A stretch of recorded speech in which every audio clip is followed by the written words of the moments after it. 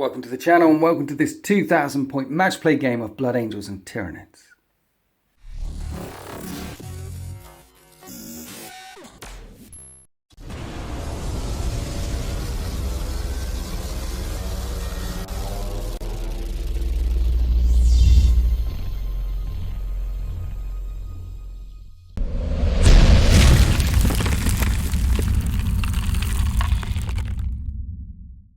Blood Angels versus Tyranids. We thought we'd recreate a portion of the devastation of Baal. Now, for all of you lore junkies out there, you'll know that Baal was devastated by Hive Fleet Leviathan.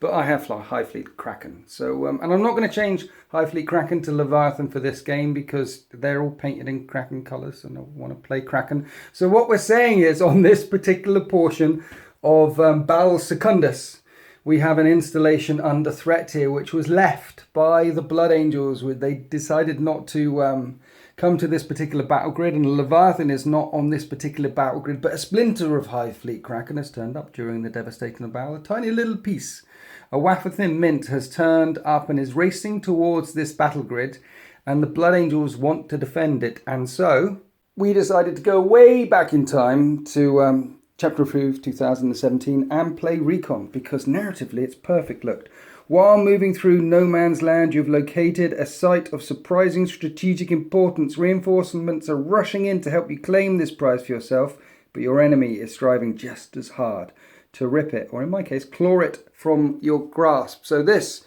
is of strategic importance to the Blood Angels on Baal Secundus. They thought it wasn't threatened, but a splinter of Hive Fleet Kraken is here. So we're playing Recon. Essentially, it's a Maelstrom of War game, which is 3 cards a turn every turn, but there's staggered deployment. It's going to be very interesting with staggered deployment. You're going to have a third of an army on, and then some more stuff comes piling on as more and more forces rush in to defend or take this site. We'll get to those rules when we get to them. That's what's happening here. But shout outs before we begin. Joining me for the first time is Sleepy Danvers. Say hi, Sleepy Danvers. Hi, Sleepy Danvers. So we met at No Retreat 8. And you were there with the SM Battle Report boys and all that sort of stuff. And you got plenty of naps in. I did, hence the name. Yeah, and I got plenty of naps in as well. So you and me. Kindred spirits. Yeah. It's but well, you have kids and stuff, and you're very tired, and your mates were there, and they're all big rugby players and drinking away. And yeah, I tried to keep up, and I lasted till about 8 p.m. and had a nice nap for 12 hours. Never tried to keep up with a bunch of big rugby players. And yeah, I think I came off nights like the day before, which is why I was napping away, and Liam just had to keep going up and waking me up every now and then. Oh, we got another fight on. Did you enjoy No Retreat? It was amazing. How many games did you win in the end? I managed to win 3. You were 3? It was a shock out of 5, yeah. I had like 2 minor victories. And this is the army plus 250 points that you brought to No Retreat. Yeah, that's right. Yeah, I bolted on some more Marines and another Dread, but yeah, essentially the same. Nice, okay. So we're going to see the army. I brought my Orcs. I brought Murphy's War to No Retreat 8. And Murphy isn't with us today. And neither are any of the Orcs, in fact. It's Tyranids. Because I just recently played a lot of Orcs, plus we're filming 27 minutes for deploymentzone.tv. You're in the deployment zone. I am. That's our next campaign. It's coming very soon. Awesome. 27 minutes. The Scopum and the Death Watcher are trying to hunt Howling Mad Murphy, and I think we filmed the first couple. I'm really looking forward to launching that one before Christmas. If anyone wants to support us, then come and join us at www.deploymentzone.tv. I think I may have put too many W's in there. Other shout outs, I'm on Instagram, Facebook, stuff like that. I have to say these things, otherwise Liam gets mad at me. More shout outs. The battle mat is from gamemat.eu, as is all this pre-painted terrain that we've got on here. I haven't explained a few more things. Deployment, that was it. You're deploying. We've rolled for everything.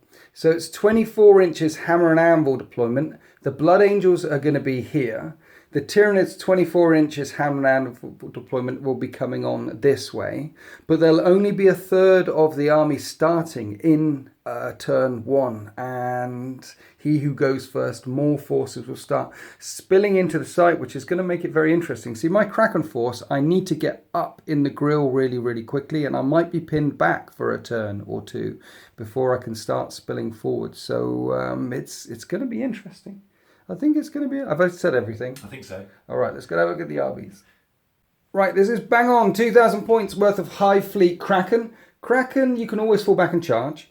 And when you advance, you roll 3d6 and pick the highest. So they tend to be quite quick. And most strong competitive Kraken lists have many Gene Stealers with Broodlords in them, because Broodlords and Gene Stealers can always advance and charge. But I've got a Friends with Benefits list. I'll explain what I've done here. I've got double battalion. There's my 4 HQs here. And there's a Tyranid Prime with a bunch of Tyranid Warriors, because Tyranid Primes grant Tyranid Warriors +1 to hit within 6 inches.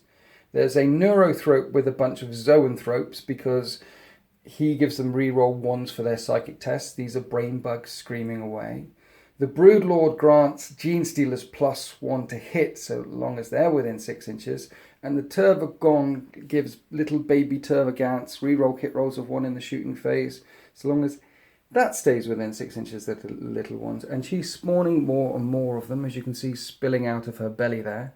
And if these units are not wiped out in a shooting or fight phase or something like that, basically at the start of my movement phase, if she's within 6 inches of one of these units, I can spawn babies back into them. Up to 10 back into them. But I've got 2 units of 10 and 1 big unit of 30. The idea is there, basically. Hopefully the 30 unit... It'll be a lot of killing to kill a whole unit of 30 in 1 round of hits. So she should always be spawning back into the bigger squad there. That's the thinking. Because I could have done 15, 15, 20, but I wanted 1 big unit. Plus it looks really cool. And plus I've given her the relic Chameleonic Mutation. That's a Kraken-specific relic. Basically, she's not red and shiny like that. She's blurring browns and greys and blurring into the background. That's -1 to hit her when you shoot at her, basically. But the Warlord for the army will be the Brain Bug, which is the Neurothrope. And its Synaptic Linchpin, Warlord trait, Synaptic Linchpin, Synapse range 18 inches. Oh, should mention Synapse. Synapse is a thing in Tyranids, so long as that's Synapse.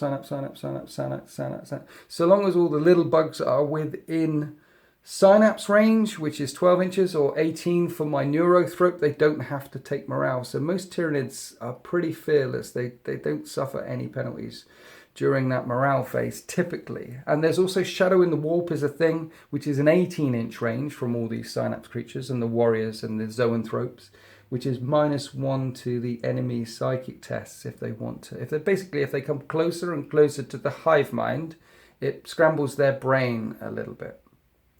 So yeah, the Prime isn't a Psyker. The Neurothrope is a Psyker. I've given the Neurothrope Catalyst, which is a 5-up ignore damage. And the Zoanthropes, I've given them Psychic Scream because they're a mortal wound bomb. Basically, if you've got more than 3 models there, they'll be doing Smite and Psychic Scream, and both of them cause mortal wounds. And if it's more than 3 models, it does more than D3 damage in the mortal wound output. So that is rather a scary unit there. This thing can cast 2. They can cast 2 so long as there's more than 3. Broodlords and Gene Stealers can advance and charge. So I've given my Broodlord Onslaught. This way I'll remember its psychic power.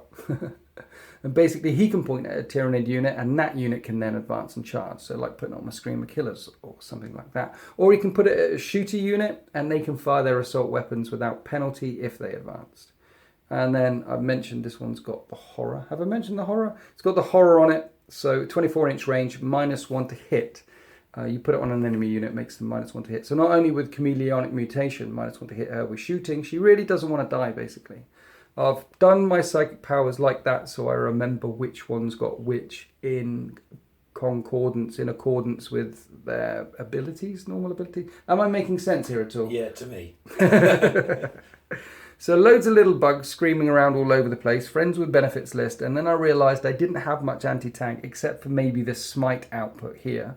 So I've got a T-Fex with a Rupture Cannon, and I've got a couple of Screamer Killers. I did pay the extra points for Adrenal Glands on the Screamer Killers, so that's +1 to their movement and +1 to their advance as well. And if I put Onslaught on them, that means they're moving 8 and rolling 3d6 +1 for advancing. And they'll be able to charge after they advance with Onslaught on them, which is good. And then I've got some Pyrovores. These guys are basically heavy flamers, and some Raveners, which can bury up underground and deep strike in the backfield for just some harassing support there. And that's my list. It's 2,000 points on the nose. Now, see, I really want to go charging forward and eat the Blood Angels and get to the crunchy goodness inside that Astartes tin can. Get to the lovely flesh underneath. But this mission might have me pinned back for a turn or two, which will make it very interesting. The Tyranid Swarm will not be all up in the Astartes Grill turn 1. It's going to be a drip feed. It's going to be... it's going to be interesting. Right, let's kind of look at the Blood Angels. Here's the task force of Blood Angels that will be defending this site. It's a battalion and a spearhead. Vanguard. Basically, you've got 9 command points to play around with, and it's gorgeous. So, where are we starting? What am I looking at, sir? Okay, so a battalion is scouts with bolters and a heavy bolter. Yeah. Scouts with shotguns. Yeah. One guy has got a sniper rifle because it looks kind of special forces-y. Yeah. Tactical Marines. There's 10 of them with heavy flamer, and hand flamer. Just because I had one. Why have you put flamers on them? Because I'm going on a bug hunt. Nice, I like it. That's cool. I might sort of like combat squad them at some point. Yeah. But yeah, I think it's just to toast some little gribblies. Cool.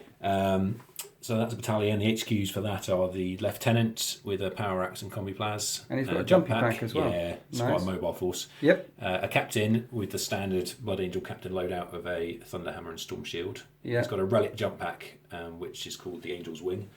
And that means he can reroll charges and he's immune to Overwatch. So no Overwatch. Yeah, that is the one that everyone takes, right? Yeah, so no Overwatch, reroll charges. He's going to hit like a wrecking ball. Exactly, yeah. His name Miley. Yeah, nice taken. It was taken, yeah. Unfortunately. It's worth pointing out that this is not a HQ, this is an it's elite. One of my elite choices, yeah. And what's this guy about? So he's a sanguinary ancient, right? With a power fist. He is my warlord for rules reasons, but also because he's the elite of the elite. His name is Brother Danatos. The captain has sequestered control of this battle grid to Danatos. Yeah, the Sanguinary Guard. Yeah, nice. And so he's in the Vanguard, which is the Librarian Dread of the HQ. Yes, he's modelled a bit differently, but he's just a standard Librarian Dread. That's a really cool Librarian Dread. What psychic powers are you giving him? So he's got Unleash Rage, which gives +1 attacks to a unit with 12, and Wings of Sanguinius, which means he can also fly sometimes. So extra attacks, for example, putting on a unit of Sanguinary Guard here. Yes. And they've all got power fists. Yeah, 2 attacks base, 1 for shock assault, +1 potentially. Yeah, that's crazy. Yeah, it's a bit overkill usually. Because you said the power fists are cheaper than the swords now. Yeah, it's really crazy. Like there's quite a lot of oddities in the Blood Angel Codex. But yeah, they're obviously -1 to hit, but they're strength 8. Yeah. Blood Angels +1 to wound. Yeah. Means that they're killing most stuff on 2s. Killing most stuff on 2s, but lots and lots of power fists there, hitting on 4s. But you're saying you've got reroll to hit somewhere. Okay, I mean the captain grants rerolls to hit rolls of 1. Yeah, absolutely. This guy.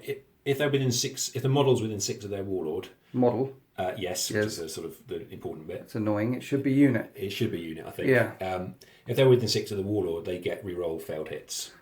So reroll hit rolls 1s and 2s within 6 inches of him. Exactly. Nice. Yeah. And what does that banner do as well? So this is the relic banner, for which I've paid a CP because you've got 2 of them, 2 relics. This is the standard of sacrifice. Models within 6 inches can have a 5-up feel no pain. Okay.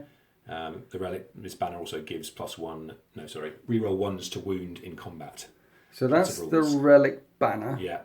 His warlord trait is heroic bearing, which basically means that units within 6 inches are fearless. Okay. So his warlord trait is heroic bearing, 6 inches fearless. Yeah. 6 inches feel no pain on a 5-up. Yeah. And 6 inches reroll hits. Reroll hits for the Sanguinary Guard. Only the Sanguinary Guard. It doesn't work on the Terminators or anything like that. No. What's that rule called then? It's actually a Sanguinary Guard rule called Heirs of Ascalon. Heirs of Ascalon. It means that they can, if they're within 6 inches of the warlord, they reroll failed hits. Nice. Yeah. Okay. So I need to kill him, is what you're saying? Yeah. He's buffing the crap out of the stuff around. Yeah. So he's the warlord. We're the captain. Maybe he's been around for a few more 100 years than him. Exactly. And then the lieutenant, and then a librarian dread, and then many power fists. I like the fact that there's Terminators in this list as well. Absolutely. Standard stripped down Terminator. Exactly. Beautiful in thing. case there's not enough power fists here. Yeah. There's some here. More power fists. More power fists. And he's got a power fist. He's got a power fist. And he's got a hammer. Fist for days. Yeah. Power fist for everyone. Yeah. Okay. Also in the battalion are 2 3-man units of scout bikers. Why scout bikers? You don't see these anywhere. I applaud your choice because they're so quick, but... yeah, they are quick, and they put out a fair amount of shots these days. Yeah. So at 24 inches, I think they put out 16 shots. Yeah. Because the Stormbolter on the Sarge. Stormbolt was on the Sergeant. And you brought these to No Retreat 8 as well. I did. 2 units of scout bikers zipping around all over the place. Yeah, they've got a 16-inch base move, but they can auto-advance 6 inches. 20-inch move. So you can go from one objective to another in a turn of movement. So good objective grabbing. Do these have concealed positions like regular scouts? They don't. They don't. Okay. No. But very quick movement if you need to get them from A to B. And they are Space Marines, and they do have shock assault. Exactly. So and weirdly, they are kitted out much better than standard scouts in that they all have combat blades. So they also do 9 attacks per 3-man unit on a charge. Nice. And they have the Red Thirst, of course, so it's +1 to wound. So they can occasionally kill something punch above their weight. Okay, so scout bikers, Terminators, power fists, many things we don't typically see. We do see Furiosa Dreadnoughts with frag cannons. We know what these guys do. They're brutal. They're nice. I like them. And a couple of flyers, which are going to be a real problem for me. Yeah, I was expecting to see a lot of flying Hive Tyrants and that kind of stuff. So I'm wishing I brought some now. Storm Talon with what you see is what you get. Some las cannons and assault cannons. Yeah, it's a really good unit. That I like them. I rate them. Yeah, they're good. Particularly in Iron Hands. I was going to say that's the thing. I sort of feel like this would be a good Iron Hands list as well. Yeah, but that's true of every in Iron Hands, they're hitting on 2s. Exactly. Yeah. Maybe I could do the bloodied hands. The bloodied hands. The Iron Angels. Make some sort of really cheesy and unfluffy. Yeah. Successor chapter. I suspect that in many tournaments you're seeing a lot of Blood Angels lists which are suddenly Iron Hands. Yeah. Dirty. But not on this channel. And then we have the Storm Raven gunship with all the guns. Yes. I like it. Yeah. So, and that's got transport capacity. You can put a Dreadnought on the back, on the Magna Grapple, and you can put up to 12 things inside of it as well. Yeah. So basically, in this game where our deployment is pushed back, these guys can move quick. This can move quick. The Terminators can teleport in. The Sanguinary them guys, they can jump in on Wings of Fire. Your characters can... You are going to be... See, normally Kraken is all up in everyone's grill in turn 1, but I suspect that you could be up in my face very, very quickly. I like this list. It's interesting. It's unique. It's absolutely gloriously painted. Relics, you said... He's got the Relic banner, and there's another Relic you said? The Relic jump pack. The Relic jump pack. Yeah. Oh, that's the one where I can't fire Overwatch and he rerolls there. Yeah, okay. Any more command points spent? No, just that one. Sweet. Okay, that's glorious. Right, let's go on to deployment. Okay, Sleepy Danvers. Yes. Yes, we haven't deployed anything yet. We haven't. Because we have to divide our army into thirds, and a random third will be already on this battle grid, so let's do that. Okay, these are my thirds. I've got a shooty third. I've got a Gene Stealer Psychic Bomb third. This is a shooty. This is a come at you third. This is I think I can take it third. And I don't know which third of my army will be on the battle grid in deployment. 1, 2, 3, 4, 5, 6. I really want this unit on there because that means the T-Fex is deployed, and if he stands still, he's firing 6 shots. If this doesn't get on the battle grid, then he'll be walking on, which means he'll only fire 3 shots, and he'll be hitting on 5s because he's walking. So I really want a 5-6, otherwise he's going to be nerfed for a turn or 2. Let's see what we get. I get a 1-2. So it's going to be the Tyranid Prime and the Tyranid Warriors. Right, these are Danvers' thirds. These are the Blood Angels thirds. We've got a flyer in each of the thirds, but the captain is not joining one of these thirds. Have you got a preference to any one of these that you want to bring in? Maybe this one. Maybe this one. Yeah, little one. Yeah. Okay, all right then. Roll the D3. What are we doing? 1, 2, 3, 4, 5, 6. Yeah.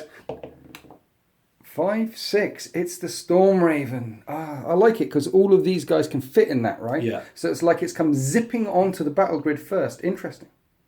And we're deployed for this 2,000 point match play game of Recon from 2017, chapter approved. And this is what it looks like after deployment. We don't know who's going first yet.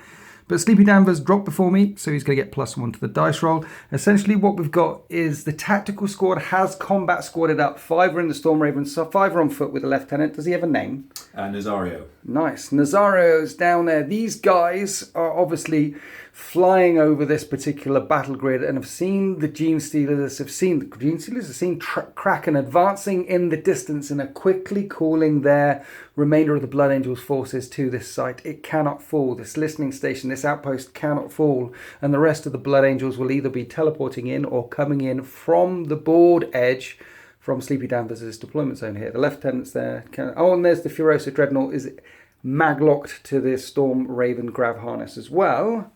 And over here, I've got a Carnifex, some Pyrovores, and the Prime surrounded by some warriors, and that's it. But there is a chattering in the distance as the rest of Kraken comes swarming towards this battle grid. Now we need to roll off to see who goes first. Yeah. You got +1. So I'll roll first to see tension, you see. To see what you got to beat. And please don't get a 1. Please don't get a 1. Please don't get a 1. I get a 3. Can you beat a 3? Let's see. You do. You could choose whether to go first. You can let me go first. I think I'll go first. 1 minute, just checking the book. I can seize. I just need a 6. And I get a 4.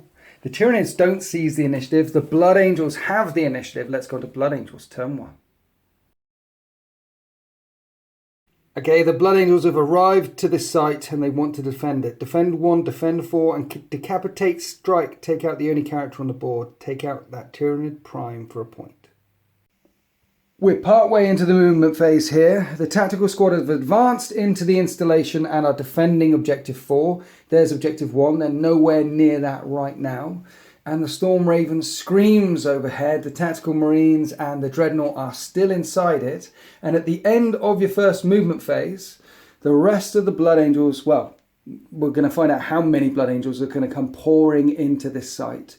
And I'll have this to defend against them. So let's find out how many Blood Angels turn up. So at the end of the first movement phase, roll a d6 for each of your units in reserve, and on a 3 up, that unit is set up wholly within your deployment zone and wholly within 6 inches of the battlefield edge. Units with abilities such as teleport strike that allow them to arrive elsewhere may use these. So that's very interesting because this is turn 1, and this will overrule the typical match play restriction. Units that can teleport in will be teleporting in turn 1, and they don't have an option to stay off the table. And this is the remainder of the Blood Angels forces that managed to make it to the site in turn 1. Interestingly enough, your captain and your warlord, your ancient, are off the battle grid. Yeah, drinking tea. They're more of a, get over there, lads, we'll be there in a second. And the Storm Talon also didn't come on as well. Just those 3 units. The Storm Talon's clearly in a dogfight overhead, and the captain and maybe the ancient are dropping down on wings of fire. And they've sent their guys in first. Now, you've chosen not to defend Objective 1. Because that's a bit dangerous, right? Exactly. Because what happens in my turn is I can deploy anywhere in my deployment zone or 6 inches from my board edge. So I could put, for example, a unit of 20 Gene Stealers there and then jump on whatever. Even if you put I could put the Gene Stealers and the Psychic Battering Ram or the Zoanthropes there and smash you off. I could put a lot of my army here, in fact, and smash you off that objective there. So it didn't seem prudent to defend that with the first company. So instead, you've teleported your Terminators in here. And with 24-inch range with Bolt with Discipline, the Tyranid Warriors are in trouble. And also with that in mind, with Gene Stealers coming in there and advancing and charging, you didn't want to be too far up either. So the Sanguinary Guard are back here as well. Yeah, and also wanted to protect them from the smites. Oh yeah, because if they were here, I could put some Zoanthropes there, and there'd be a smite train coming in, and you could lose a lot of Sanguinary Guard as well. And it looked kind of cool on this bunker. Yeah, they look cool. So essentially you're fortifying the position in the middle. You've got fast units on the flanks, some scouts staying back. Fast units on the flanks over here with the Librarian Dreadnought. Now the rest of your army will appear in turn 2. But until that time, let's go on to the Psychic phase. Okay, Psychic phase. Librarian Dreadnought, casting Wings of Sanguinius. Correct. Okay. On a 5. On a 5. That's a pass, and it can immediately jump. The Librarian Dreadnought ends up there, ready to give out his wisdom to all the units around him, just out of range for Unleash range on the Terminators there. So that's it for the Psychic phase.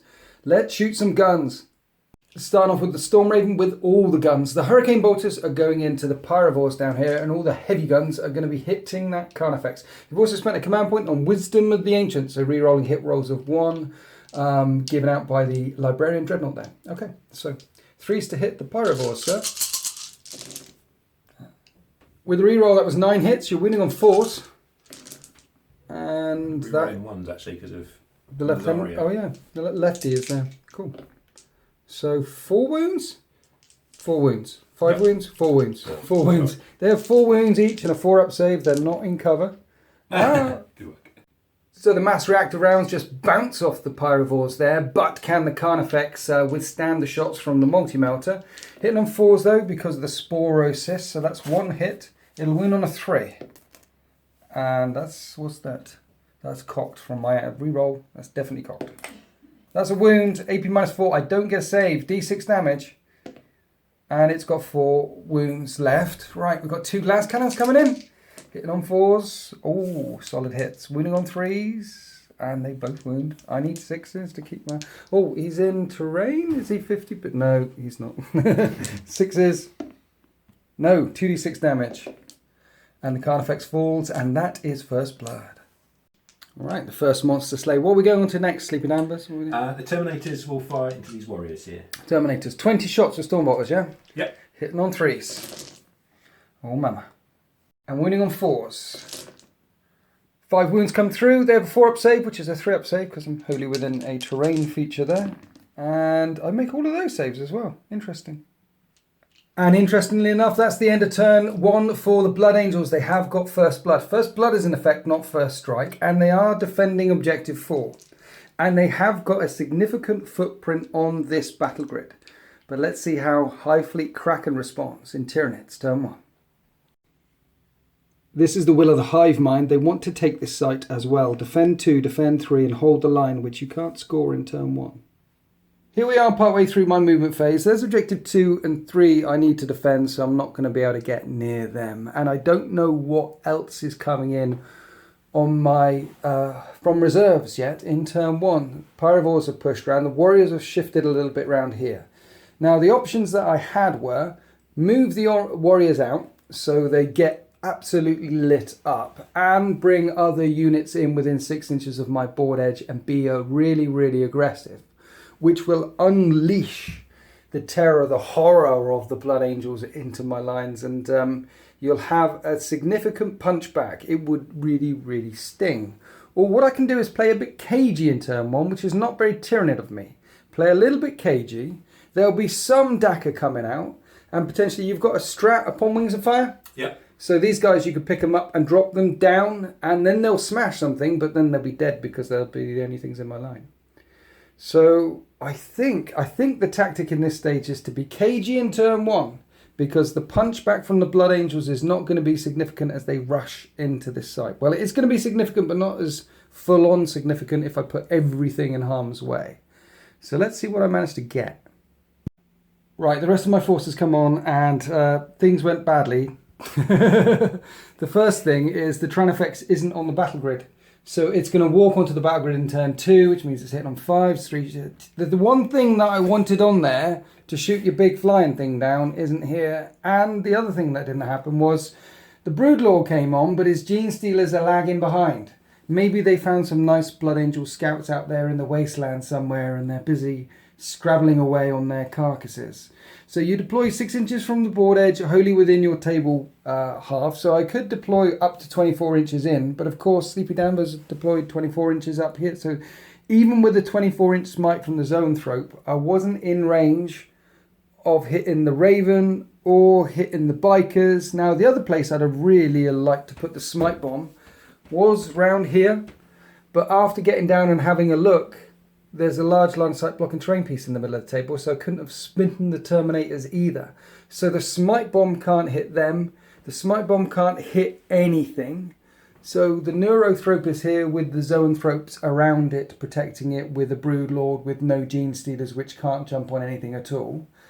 And the big swarm of bugs is in the backfield. There's unit of 10, unit of 10, unit of 30, the Tervagants with the Tervagon.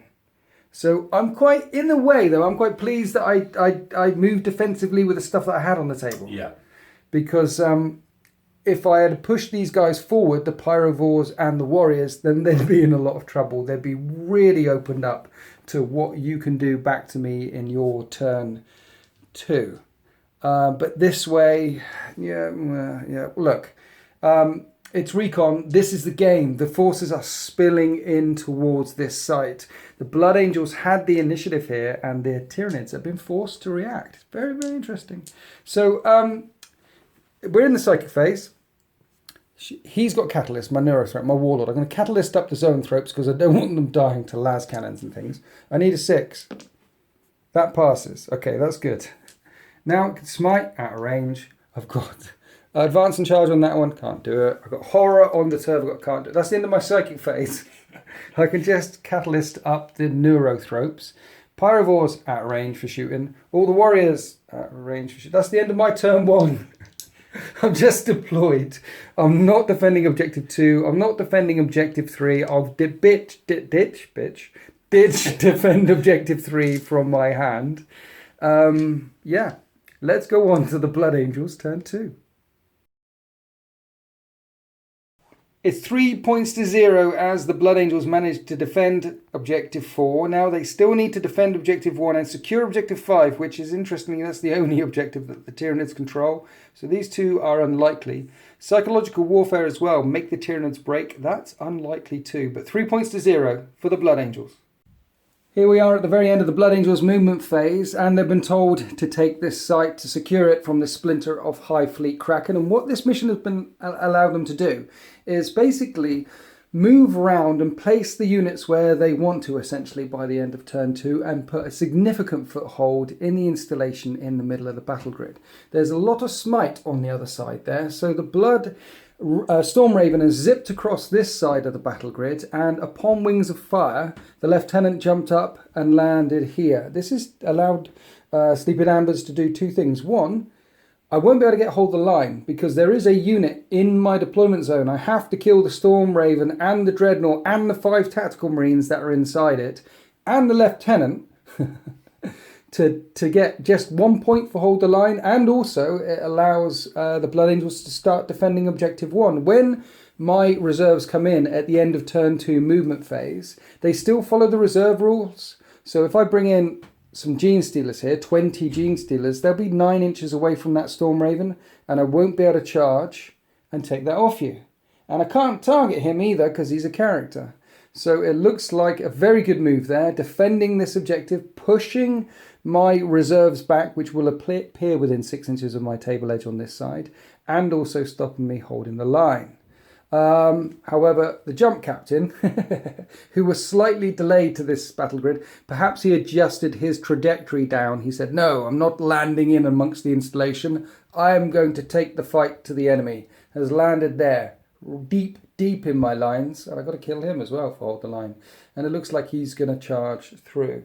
So that's defend Objective 1. Objective 5 is here. You're not going to get that one. But psychological warfare. The only way to get psychological warfare as well would be to kill her and start tickling the squad of 10. There's a squad of 10, 10, and that's the big squad of 30. If you kill her and tickle them, they won't be in synapse range. And potentially they could break. I've got many command points to play with to deny psychological warfare, but do I want to spend 2 command points on keeping some Gants alive? Probably not. So good aggressive moves from the Blood Angels. The other flyer has to come in within 6 inches of a board edge in your deployment zone, so it's here with las cannons eyeing up the table as well. And so the rest of the force standing firm. Should mention that the teleport homer is here from the Terminators, and the Ancient dropped in as well from reserves, and he's there. So let's go on to the psychic phase. Going for Wings of Sanguinius on the Libby again, and that passes. The Librarian Dreadnought jumps round to the left, and then we went on to the shooting phase. The Terminators, the 3 that could see, fired in at these Pyrovores here and put one down to 3 wounds. And now we're across to the Storm Raven gunship. It fired the Hurricane bolters into this squad of Tervagants, trying to clear a gap for the jump captain to jump over and land and smash the Tervagon. If the Tervagon survives the shooting attack, because now we've got everything from the Storm Raven, all the other big shots minus the Hurricane bolts coming into the Tervagon. So where are we starting first? Do the last first. Last first. 4s because of my chameleonic mutation. Toughness 8, and that's a wound at -3, so I need a 6. I get a 6! Nice. Multi-motors? Multi-motors. Hit. Cool. Strength 8, toughness 8. 1 wound. Reroll for the lieutenant. Lieutenant's there. Nice. Okay, 1 wound. I don't get a save. D6 damage. 3. It's got 11 wounds left. They start at 14. So you've got 2 missiles, right? Zipping through the sky. Both of them hit. We'll wound on 4s. And both of them wound. I think these are AP -2. -3 actually. Are they? -3. 6s. No, and they're a flat 3 damage. Yep. So that is 9 wounds in total stripped off the Tervagon. It's got 5 left. So she's only got 5 wounds left. Now the las cannons from the Storm Talon can zip all the way across and slam into her. If they hit on 4s, they both hit. 3's to wound. 1 wound. Come on, boy. No. 6 up save. I make the save. Now, interestingly enough, that's it for the Blood Angels shooting phase. Apart from the sniper shot, they've got significant footprint in this installation here. There is a sniper rifle and a scout, which is eyeing up the Warlord. Hits on a 3. Bang. Wounds on a 4. Nope. Oh, never mind. The shot just... One day he'll kill something. The shot just fizzles off the... they've got an invulnerable save. Some warp field is going on here. So that's the end of the shooting phase. We're going to do some charges now. So you've decided that he's going to charge the 2 squads that he'll engage you here and her, because you want to jump up and over and basically hit her, right? Correct, yeah. So we're going to do all the Overwatch in a minute. Except it's the charge. Oh yeah, no Overwatch. No Overwatch. Sort of, what he tends to do is declare on anything within 12, because it doesn't matter. Declare everything. Yeah. Okay, so no Overwatch. They can't even see this coming. But it's a re-rollable charge. Yeah, and I'm going to spend 2 CP on Descent of Angels. Right, so you're down 3 CP now. And that's 3 dice. 3d6. 3d6. But I've got a reputation within my my gaming group that I quite regularly fail to get these 9-inch re-rollable charges on 3d6. So. Well, let's hope you uphold that.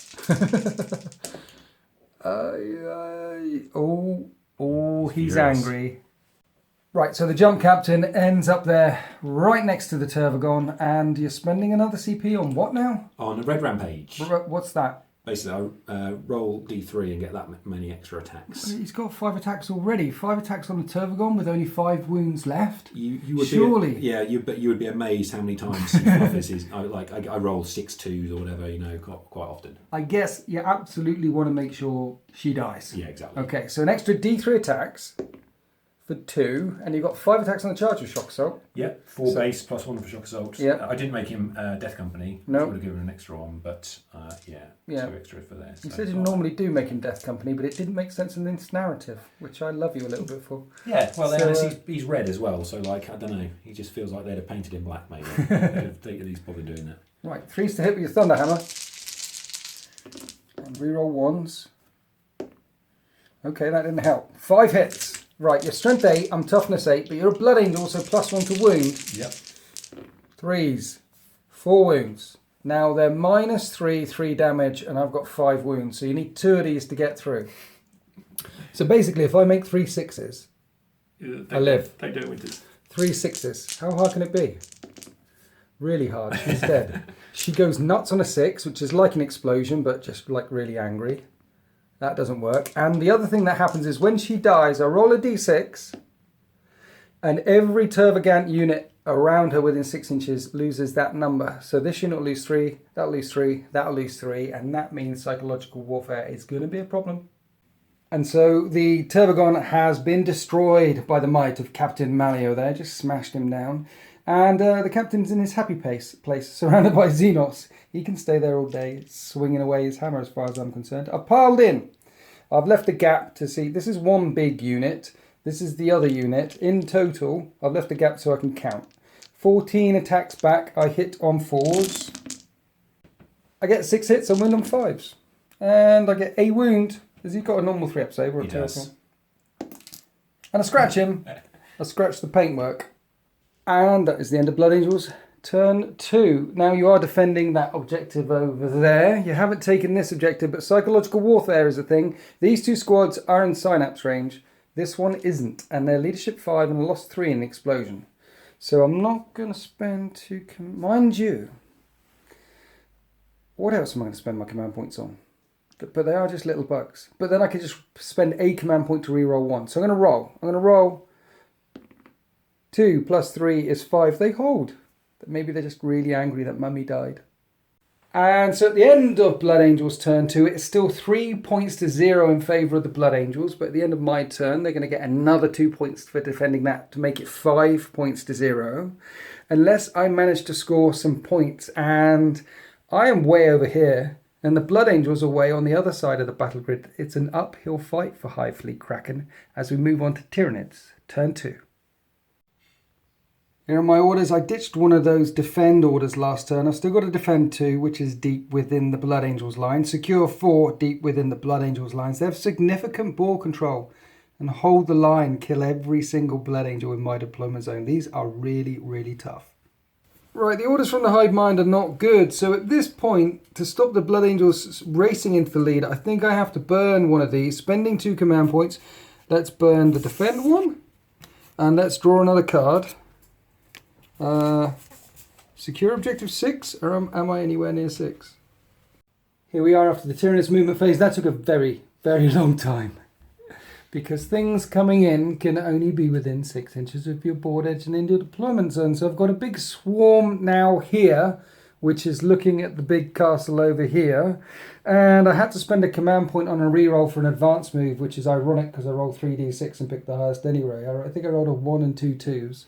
To get this unit of zoanthropes a bit further forward. There's objective 6. I'm going to get an objective. The reason why I spent the 2 CP as well, drawing another objective, is because at the end of this turn I can burn 1, and then I'd still have 2 I couldn't score. But this way I can score 1 and burn another 1, and then next turn I'll have 2 I could score.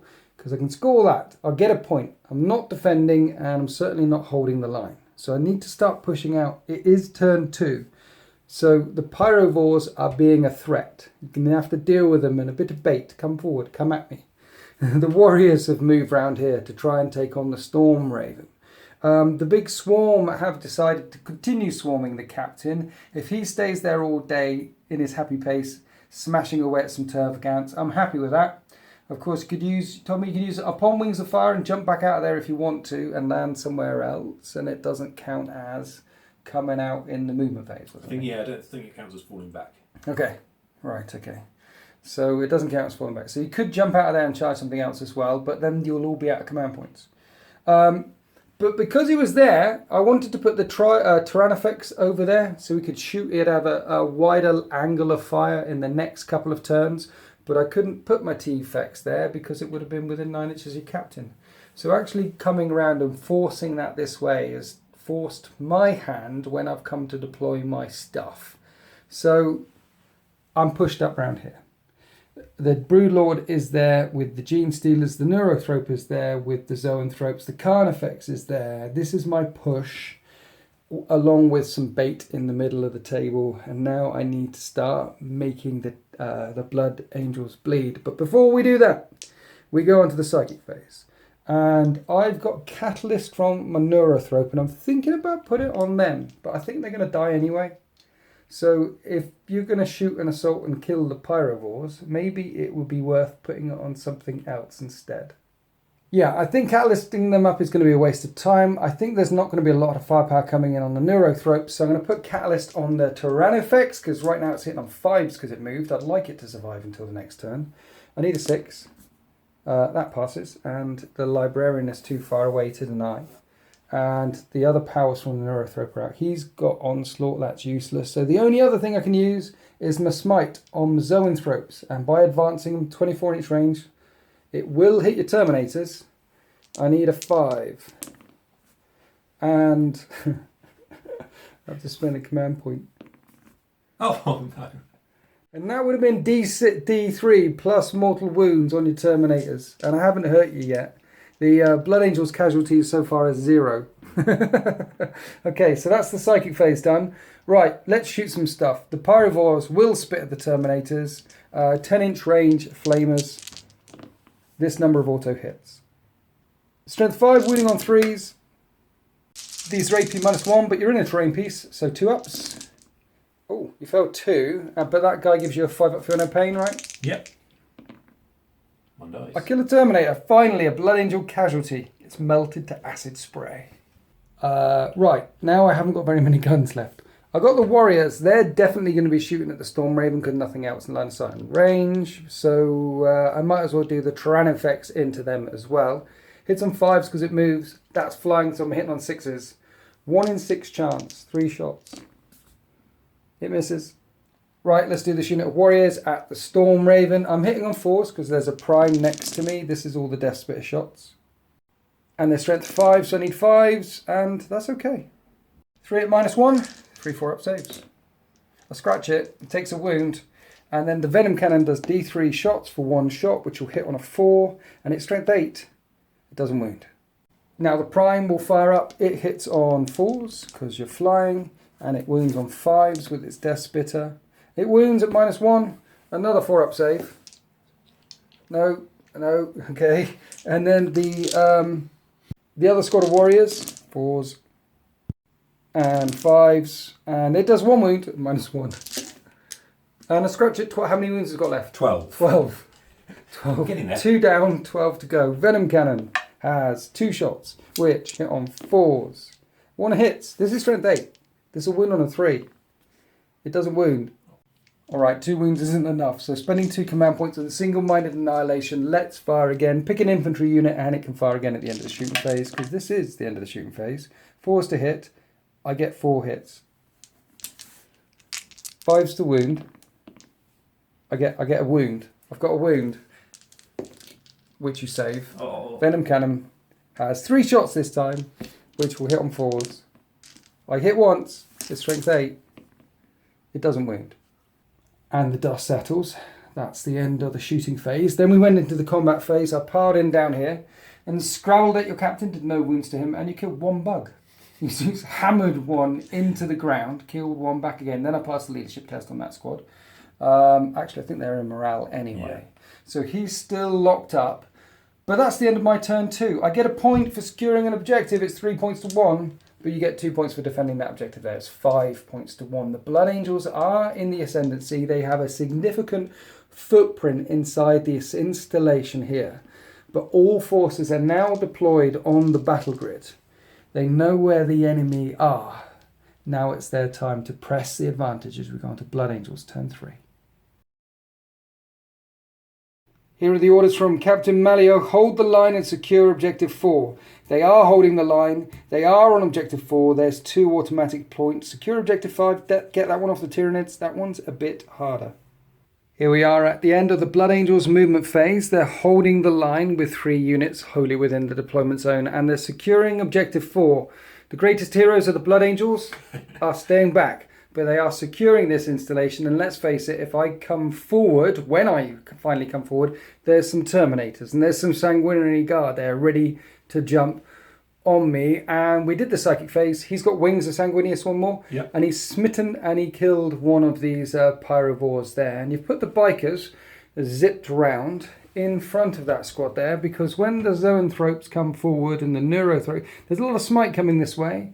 It looks like you're building a smite screen with scouts. Exactly. Exactly. So getting those 2 objectives there, and then the Storm Raven and the Storm Talon, wingman on wingman, zipping through the sky down this way, and your captain is staying locked up in his happy place, smashing lots and lots of little bugs. But more importantly, because you've put them there, they're going to be re-rolling hit rolls of 1, because they are in 6-inch range. The captain is shouting over the Vox, telling them where the choice targets are. Now, you've kept your tactical squad and the Dreadnought inside the Storm Raven gunship. Why are you doing that? I'd have thought they'd have dropped out by now. Just because... It is turn 3. It is. Yeah. It is. But I don't know what they would do over here, really, apart from shoot a few things with their bolt guns, which tend to not do anything. I'm leaving them here. Yeah.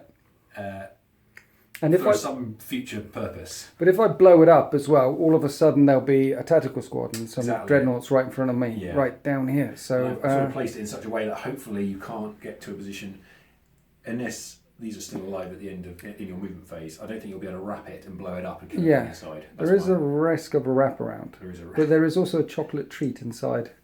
A nice chocolatey, crunchy goodness inside that thing. Okay, we've done the psychic phase. Shall we shoot some guns? Yep. Do you know where you're going with the flyers? Yep.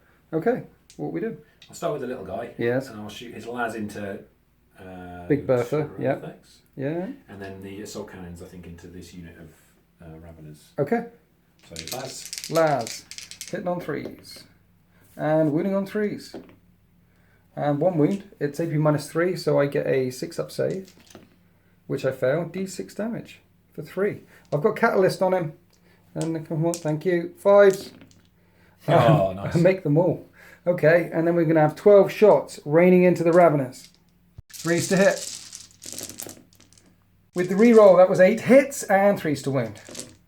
And these are AP -1. Now, interestingly, Raveners only have a 5-up save, so these are 6s. And they have 3 wounds each. You kill 1. Right, 5 wounds left on that Ravener squad, and then the Storm Raven is going to put its big guns down into Tyrannifex, and 24 Hurricane Bolt shots slammed into the Raveners, re-rolling 1s. 11 wounds got through, and 1 minute. No, they're dead. So the flyby from the aircraft has wiped out those Raveners. Now we've got the big guns going into the Tyrannifex from the Storm Raven. What are we doing first? Let's do the las. Okay, 3s. Both hit and 3s. 1 wound, I need a 6-up again. I don't get a 6-up. D6 damage is 2. Come on, boy. You've got 2 left. Nah. No. 5s to ignore. I don't ignore it. It's got 12 wounds left. Now we've got the 2 melters. Yeah, unfortunately I couldn't get close enough, but just out of 12-inch range. Is it? Because of these guys were in the way, and the way I was having to turn and all that kind of stuff. So never mind. not in out range, but no. 1 luckily because of the captain. Yeah. Okay, the multi-melters miss. And then the missiles. 1 hits, and it's a strength 8 versus toughness 8. It does wound -3, you say? So I need a 6, which I fail, and then 3 damage.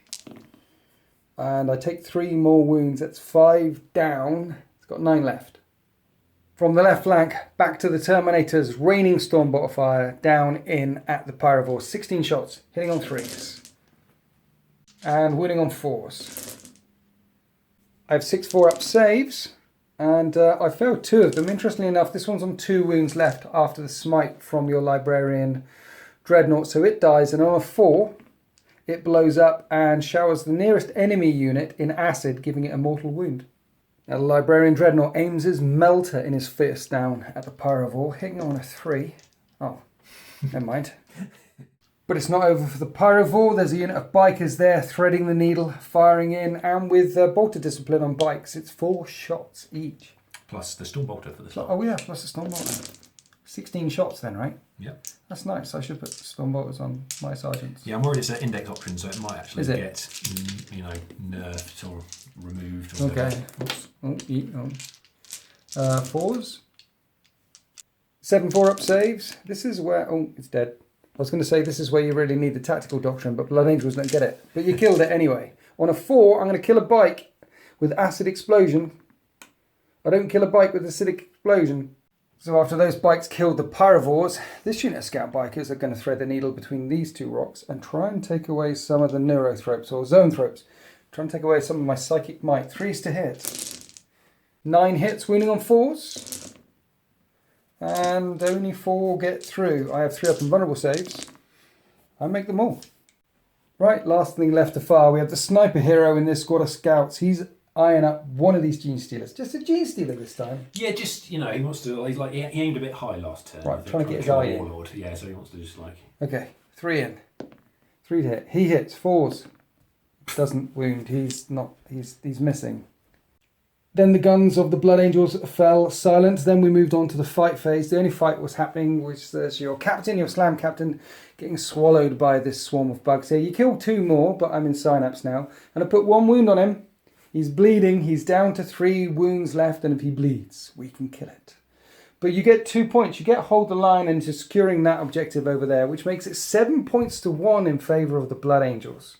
And as mentioned, not only are these flyers pretty much unmolested zipping through the skies, you have a significant board presence. I'm essentially pushed back in this corner here because of this deployment. I need to start pushing out now. I need to start doing some damage. So 7 points to 1 in favour of the Blood Angels. Let's go on to Tyranids, turn 3.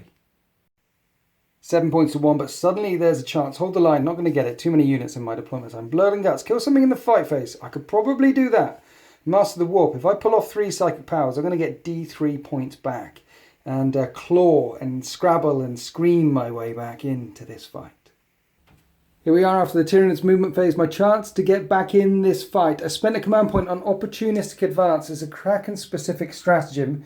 When you advance, you double the advance roll. And with Kraken, you roll 3d6 and pick the highest.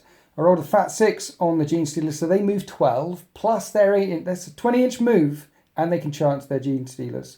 Jump on these scouts. They're the closest and easiest thing to nom. And that'll get me a point for Blood and Guts. And it also, hopefully, draws some of the attention this way. I could have gone up the gut, but the charge would have been much longer to get to some of this stuff. And then I'd have been jumped on by everything. This gives Sleepy Danvers some options in turn 4 or turn 5. The other thing I can do, of course, is after advancing with my Carnifex there, is I could put Onslaught on him from the Broodlord, and he could jump on that squad. And if I kill 3 things in the fight phase, I'll get D3 points for Blood and Guts. So finally, I broke the little bugs out of combat with Captain Slang Gwinius here, and I'm moving around with my Tyranid warriors. Now, this is a bit silly. There's 2 that can shoot at him because he's the closest. The rest have to shoot the Storm Talon, unless I kill the Storm Talon. But then the idea is then to jump on him and kill him with my Scything Talons and kill him that way. If I don't kill him with my Scything Talons, he's going to kill me back again. And how many points is it to attack once a model dies? 2. 2, and you've got 2 left. And I could potentially interrupt if you choose the Gene Stealers, but you wouldn't, so ignore me. Yeah, you could potentially interrupt or fight back and kill these. Now, they've got 3 wounds. Thunderhammers do a flat 3 damage, and you've got Shock Assault, so you could kill a lot of warriors back again. So that's a bit risky there. But it's all or nothing. Try and kill him, try and kill them in the assault, and try and kill them in the assault. And in the meantime, get off 3 psychic powers and get D3 points and drag my way back into this fight. And what I'm really doing here is pushing the footprint out and out and out and not poking the bear. You have control of this installation. Maybe I can scurry around the edges for turn 3, turn 4, turn 5 and pick up points and pick off the stragglers. And finally the Terminators and the Sanguinary Guard are going to have to jump out and start taking the fight to Kraken. Maybe that's the way this is going to go. Or maybe they just race ahead in the points and keep pushing me back and back and back. We'll see. It's only turn 3. There's a long way to go. That deployment that we had and the staggered reserves that we have certainly made this an interesting game, a different kind of game. I like it. Right, let's go on to the psychic phase. All right, start off with the Broodlord. He's going to smite. It's going to hit your scouts. And that passes. Librarian Dreadnought is out of range. This is D3 mortal wounds for a mortal wound. Kills the scout. Are you going to kill the sniper guy? He is the closest. Oh, he's such a hero, though. Yeah, I'm going to do that. Right, that's 1 psychic power. Catalyst. I made sure, measuring carefully, that my Neurothrope is within 18-inch range of the Gene Stealers. This is a 6. And that passes. Want to put Catalyst on him instead of the Tyrannifex because I reckon these Gene Stealers, well, they're going to attract a lot of attention next turn. So at least it gives them a 5-up, no damage. Next up, the Neurothrope will smite. It is an 18-inch range of the Storm Talon, of all things, not the Scout Bikers. This is a 6 to cast now because I've already cast a power, and that's a fail. So now we're on to the Psychic Scream from the Neurothropes. This is a walk charge value of 5. That passes. And that's 3 psychic powers for D3 points. And now do D3 mortal wounds to the Talon. For 1. And next up they're going to smite. And I've tried 2 smites already. So this is a 7 on the Zoanthropes. And that passes. And when the unit is 6 or more, this is D3 plus 3 mortal wounds. That's 5 mortal wounds. Plus the 1 with that one. That's 6 mortal wounds off the Talon. It's down to 4 left. And I'm spending a command point down to 5 left for Power of the Hive Mind. A Tyranid creature that casts a psychic power can cast another one. He's got Onslaught. Want to put Onslaught on my Carnifex so it can charge your bikers. I need it. That's cocked. I need a 6. That's a pass. He will charge even though he advanced because I need to kill 3 things for Blood and Guts. Right, opening up the shooting phase. This unit of little bugs here shot at the scout bikers. I killed one. One was on 1 wound left. Now we're going on to the Screamer Killer. Acid builds up in its throat and it spits out at the Terminators for D6. Ooh, get the big 6. Now it would be hitting on 5s because it advanced, but I put Onslaught on him. So I'm hitting on 4s. And I get 4 hits. Now this is strength 7, AP -3. But only 1 damage each. So I need 3s to wound. I get 3 wounds at -3, so it's -2 because you're in terrain, so 4s. And you make all the saves. They duck and cover as acid splashes against the front of that installation. After the firepower in the middle of the battle grid, we're coming to this unit of warriors here, this unit of 5. Now that Talon's on 4 wounds left. Correct. So what I want to do is tear it out the sky with my shots so that this squad can weaken up your jump captain. So this squad of 5 is going to fire everything at that Talon. Death Spitters hit on 4s because you're flying. 8 hits, but I'm winning on 5s, and I get a wound. -1. 1 4-up save. You failed to save. 3 wounds left. Right, Venom Cannon. This needs to do it. D3 shots. For 3 shots. Finally. Hitting on 4s. Only 1 hit. And it's strength 8. It doesn't wound. None of the Venom Cannons have wounded anything yet. So I chipped the Talon down to 3 wounds. Then the Prime, who's here, fired at it. Chipped down to 2 wounds. And now this squad, the front 2 can hit the captain. The rest of them are firing at the Talon. So there's 3 Death Spitters at the Talon, which is 4s to hit. Only 2 wounds to get through. That was 5 hits. I need 5s to wound. Come on, Tyranids. 1 wound. 1 more 4-up save. You haven't made one of these yet. And you still haven't made one of these. It's down to 1 wound left. And then the Venom Cannon has 3 shots, which hit on 4s. And they still haven't wounded anything yet either. Okay, so the Talon's on 1 wound, and now the 6 Death Spitter shots are going to hit your captain. What's his name? Captain Anton Malio. Captain Anton Malio on 3 wounds left. These hit on 3s. Only 2 hits. It's strength 5. Only 1 wound at -1, but he has a storm shield, and he holds it high. Okay, let's do this then. The Stinger Salvo from the Tyranifex, it's going to shoot at the Talon because it's only got 1 wound left. Yep. And then I'm going to put the 6 shots into the Raven. But I am hitting on 5s. So 4 shots with the Stinger Salvo into the Talon. 5s. Oh, I get 3 hits. There's strength 5. This is the hard part. 5s to wound. 1 wound at -1. We have a Storm Talon down. We have a Storm Talon down. Does it explode? No. Which does not go kablooey. Interesting. So 6 shots then with the Rupture Cannon firing up at this Storm Raven gunship. Can I tear both of them out of the sky? Probably not. 5s to hit. 1 hit. Yeah, I'm not. Strength 10. It wounds at -3, so you failed to save. D6 damage though. For 6 damage, it's a critical hit. It's down to 6 wounds left. That's the end of my shooting phase because of all these little bugs that fell back here. But he's still alive. And he's got 3 wounds left. And I'm not confident. I'm not confident in the charge. And also this thing here. The Carnifex charging your bikes. We've just measured up because I'm going through the crater. And because I've got Adrena. It's a 10-inch charge. So I might not make that charge. So I'm thinking what I should do is probably soften them up a bit with some more shots from this squad. But then this squad could also fire down at him as well. And soften him up a bit, I think. With single-minded annihilation. Yes, let's do that. Okay, so this unit is here. That's the prime. And this is the unit primed to jump on your captain. So measuring up to see what's closest. These 3 guys are closest to your captain. So they'll shoot at him. These 2 will shoot at your bikes. Yeah? Sounds good. Good, okay. 3s to hit your bikes with Death Spitters. And it's strength 5. I get 2 wounds at -1 on your bikes. So 2 fire-up saves because they are scout bikers. Sorry, I've stolen all the dice. One dies. I didn't want that to happen. I want one left alive. Here's the Venom Cannon for D3 shots. For one shot, which hits on a 3, which misses anyway. Okay, he's still alive, which is okay, because this is 10-inch charge. I still want to try and kill him in close combat. There's a lot of dominoes that need to fall. Yeah. 9 shots with 3 Death Spitters into your captain. He's still got 3 wounds. I don't want to kill him with this either. I just want to soften him up. 3s to hit. I might be lucky because I've only hit 4 times out of 9 shots there on 3s. It's strength 5, so 3s to wound. I wound him 3 times. So if you could fail a couple of saves, but not all 3, that would be lovely. You failed 2, that's perfect. He's got 1 wound left, thank you very much.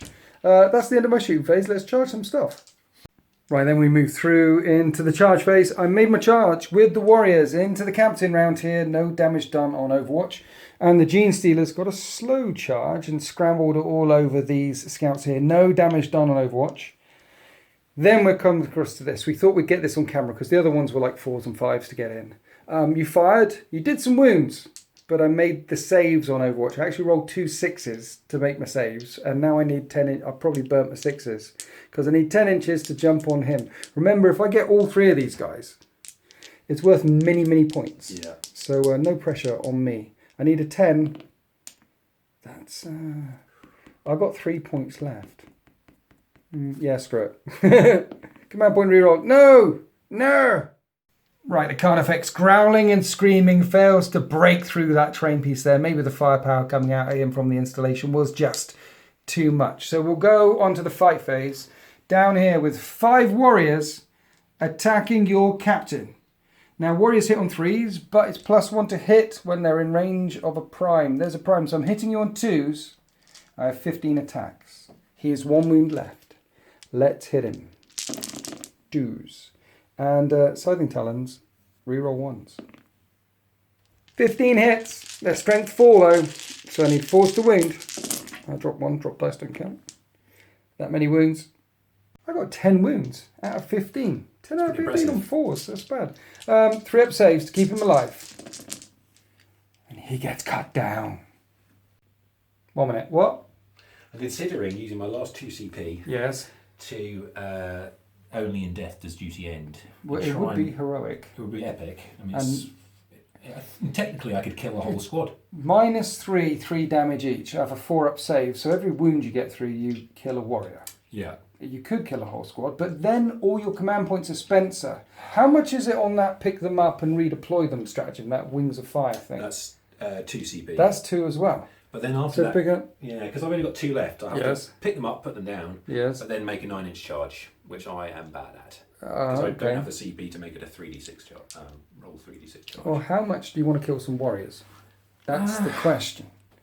There is still quite an impressive payload inside that Raven. Well, that's it. I mean, I don't know. So thinking phase over, what have you decided, Sleepy Danvers? I am going to attack with my dead captain. Only in death the duty end? Yeah. Why? Because it's epic. Epic? Yeah. God bless you, sir.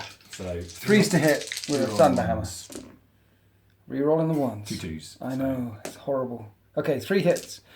On 2s you kill him. You kill 3 of them. You crush 3 into oblivion. Sweet revenge.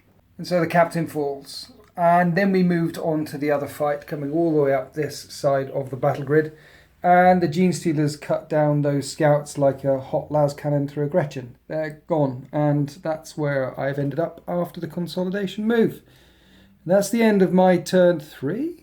I don't think you've got any morale to do. Their leadership 8, he's a sergeant, right? So they're okay. So at the end of that phase, I've got rid, finally did some casualties. Before this turn, I'd taken off 1 Blood Angel. But now I've got rid of the scouts. I got rid of some of the bikers. I got rid of that Storm Talon. I got rid of that captain. And let's face it, he could have been a problem if he'd have broken out of that big swarm down there. And your Storm Raven's down to 6 wounds left. So I think he might be bracketed now. I think he might be bracketed. In return, I've lost a chunk of my warriors there. So it was 7 points to 1. I do get a point for Blood and Guts. I'm not holding the line. I get a point for Blood and Guts, and I get a D3 points for Master of the Warp. So 7 points to 2, and I need this to be big. 7 points to 2 plus Oh, it's the big 3. 7 points to 5 as we go into Blood Angels, turn 4. So Captain Malio has fallen. He's been removed as a casualty. He flashes back up to the battle barge. But Ancient Malios? Damatos, he's still the warlord, calling out orders, and he is enraged. And this is a good draw for the Blood Angels. Behind enemy lines. If there's 3 units in my deployment zone, that's D3 points. And let's not forget there's 2 units embarked in that Storm Raven. That's an easy 3 points. No prisoners, kill something for a point, easy. Master the Warp, pass the Psychic Power, easy. The Blood Angels can roar back into the lead here. Okay, here we are after the Blood Angels movement and Psychic phase. It was 7 points to 5, but now it's 8 points to 5 because at the start of the movement phase, he still had wings on him. You jumped him down here, and then you did Unleash Raged and Wings on him one more time, so he moved again. And that's Master the Warp, and it looks like the Librarian Dreadnought is going to go flying in against that Carnifex there. So this makes it 8 points to 5. And you're going to get D3 points for having 3 units in my deployment zone. So flyers can't score objectives, but it is in my deployment zone, and it is a unit 1, 2, 3. There's D3. And if you kill 3 things, that's 3 points for no D3 points for no prisoners. So D3 points for behind enemy lines. And look, there is a Tyranid Prime there. The Furioso got out before it moved. That's 1 unit. There's a unit of 2 little bugs there, a unit of 2 warriors there. Plenty of rich pickings for the Blood Angels deep within the Tyranid deployment zone.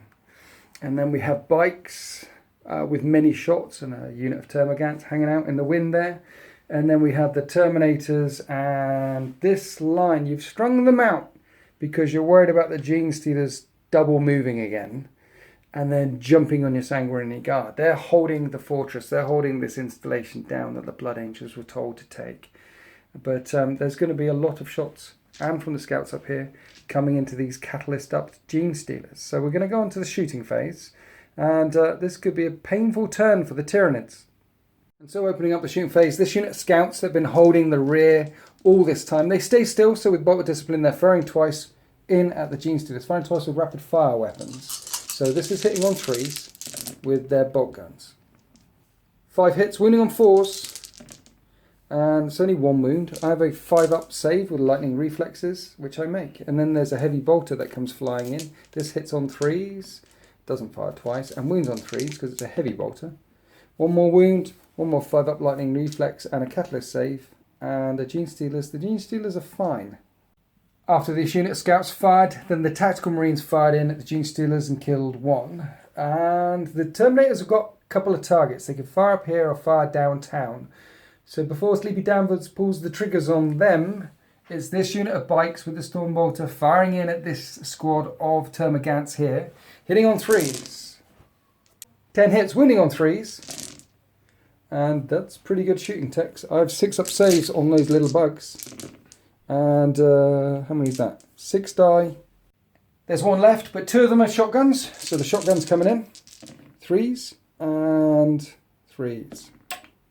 Doesn't kill the squad. There's still 1 left. I defy you, sir.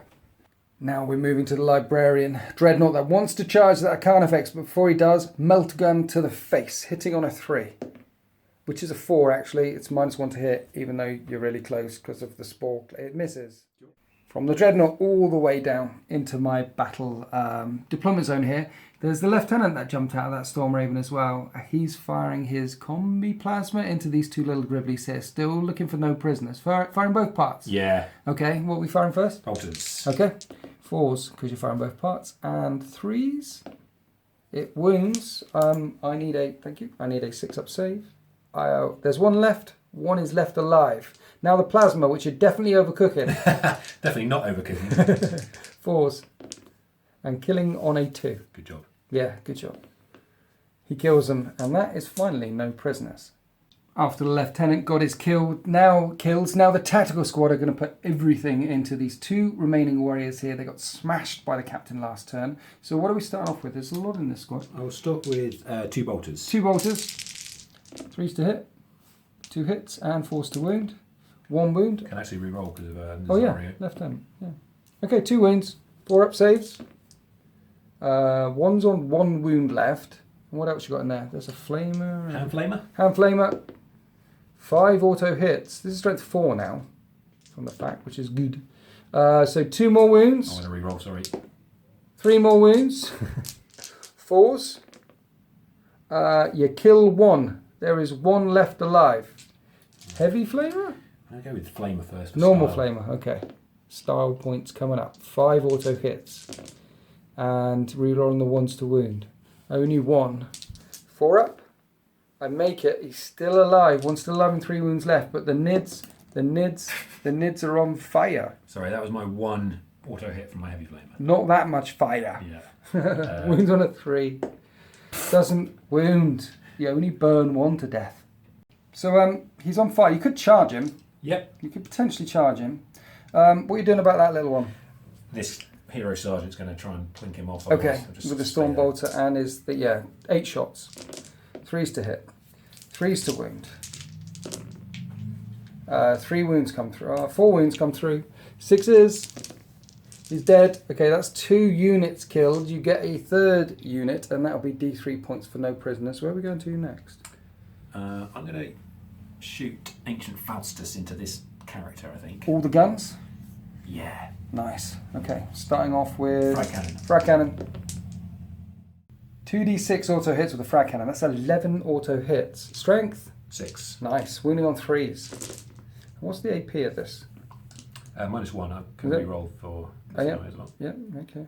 Just -1. Yeah. So I have a +1 because of the creator. So these are 4s because it would be, he takes 2 wounds. You know they start off with 6. Just checking the rulebook there. Tyranids primes have a 3-up save, and I'm in terrain. So only 1 failed save. He's got 5 wounds left. But Dreadnought's got a heavy flamer. Mm-hmm. Okay. And he burns him. There's lots of flaming Tyranids right now. It must smell terrible. 3s to wound. Rerolling because lieutenant. Okay, these are all -1s, so these are 3-ups now. -1 +1. Okay. It's on 1 wound left. Then we come across to the Storm Raven, gunfire erupting in a 360 arc. It managed to put 2 wounds on the zoanthropes with its hurricane bolters. It's now hitting on 4s. And the other big guns that never tire are going into the Tyran effect. So what are we starting with first, sir? Multi-misses. Multi-misses on 4s now because you're a bit nerfed. They both hit. Strength 8, toughness 8. And one of them wounds. I don't get a save. It's 2d6 at this range, picking the highest. And there's no catalyst on that monster. 6. That's a critical hit. It's on 3 wounds left. 2 las cannons. Bang, bang. And 3s to wound. One of them wounds. 6-up save. I make the save. These missiles are going to have to do it though. Minimum 3 damage. 3 damage. And they both miss. That would have killed it. If only one of them had got through, it would have killed it. But instead, that bio weapon is on 3 wounds left. Okay, 2 units down for no prisoners so far, but there will be some charges. Last thing left to fire are 16 Stormbolt shots from these Terminators. Decided to pick on the Gene Stealers down here. And 7 wounds came through. 7 saves to make of 5-up as they dodge. And then Catalyst saves. And the Terminators only take 2 out. And that was the end of the shooting phase. Then we had some very close charges which were impossible to fail. The Librarian Dreadnought charges the Carnifex in the middle of the battle grid. No damage on Overwatch, just comes slamming in. And then over here we have the Furioso Dreadnought engaging the Prime and the Lieutenant, and the Tactical Squad engaging the Warrior over there, trying to kill as many units as possible for no prisoners. Where would you like to start these combats? Bear in mind I have 2 command points left and I can interrupt somewhere. With this guy, I think. With this guy? Yep. Okay, so you get an extra attack for Shock Assault. Yep. And you cast that power. Yeah. Whatever that power's So called. a disappointing 3 base, but then 2 extra for Right. those 2. Okay. Hitting on 2s. 2s in close combat. Nice. Oh dear. 4 hits. Strength is 10. 10. Okay, winning on 3s. But 7 Blood Angel. Oh yeah, 2s because of the Blood Angel. Yeah, you're right. Okay, so 3 wounds got through. AP minus what? 4. 4? Halberd. Wow. Okay, no saves whatsoever. So it's 3 damage each. Is it? He's definitely dead then. He's pretty good in close combat. He's pretty good. I like it. Oh yeah, Carnifexes don't go nuts. You just cut him in half. Slam. The Librarian Dreadnought consolidates. That's 3 things killed for no prisoners. I'm not paying it to interrupt. The Furioso is smacking the Tyranid Prime. 4 attacks with Shock Assault. And did you only hit twice? Yes. But you're winning on 2s. In fact, you're killing him on 2s. Mind you, it's AP -3. And he has a 3-up save. So if I roll a 6, my Prime is miraculously alive. My Prime is dead. The Furioso piles into the Gantz after killing the Prime. Now we're on to the final fight. So, what? I can't remember his attacks and stuff. Lieutenant, what's Lieutenant? Lieutenants have 3 attacks, plus 1 for Shock Assault. Okay. They hit on 2s as well. Nice, thanks. Got an axe. Axe of Doom. So he hits 4 times, and as a Blood Angel, he's winning on 2s. Rerolling his 1 for being a lieutenant. Nice, so 4 wounds come through. They're AP -2, Power Axe. This warrior has 6 saves. This warrior dies horribly, and they manage to clear away their target as well. Then you activated the tactical squad, a bit of shuffling to the closest enemy unit, but you didn't engage them in close combat because you didn't want them to get attacked back, and basically used that movement after the charge to screen out your lieutenant there, which is a glorious thing. And then I did my attacks back, little gaunts, scrabbling at the Furioso, and they're climbing all over him, having a jolly good time, but they're not managing to find a chink in the armour anywhere. That is the end of Blood Angel's turn 4, and that was a successful turn because you got many points. Essentially, the Tyrannifex could have fallen as well. Essentially, I've got some warriors and I've got some troops down here with a weapon beast on 3 wounds left, leaking acidic blood. I've got a smite screen, and the Gene Stealers and the Broodlord are somewhat isolated all the way up here. More importantly, you got many points.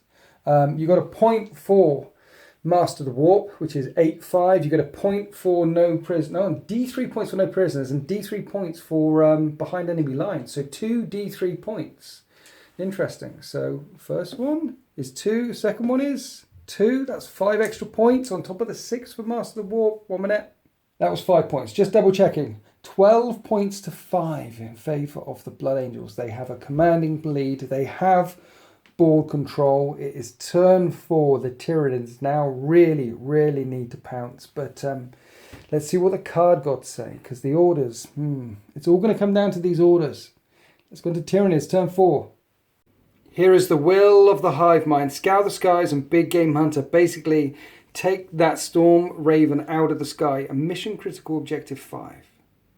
12 points to 5 in favour of the Blood Angels. I'm 7 points behind. But hopefully I can get 3 back in this phase. Hopefully. So advancing with the Gene Stealers and the Broodlord this way. I rolled trip 1s for the Gene Stealers. So I had to burn a command point to make sure that they got all the way up there. And leaving me with 1 command point left.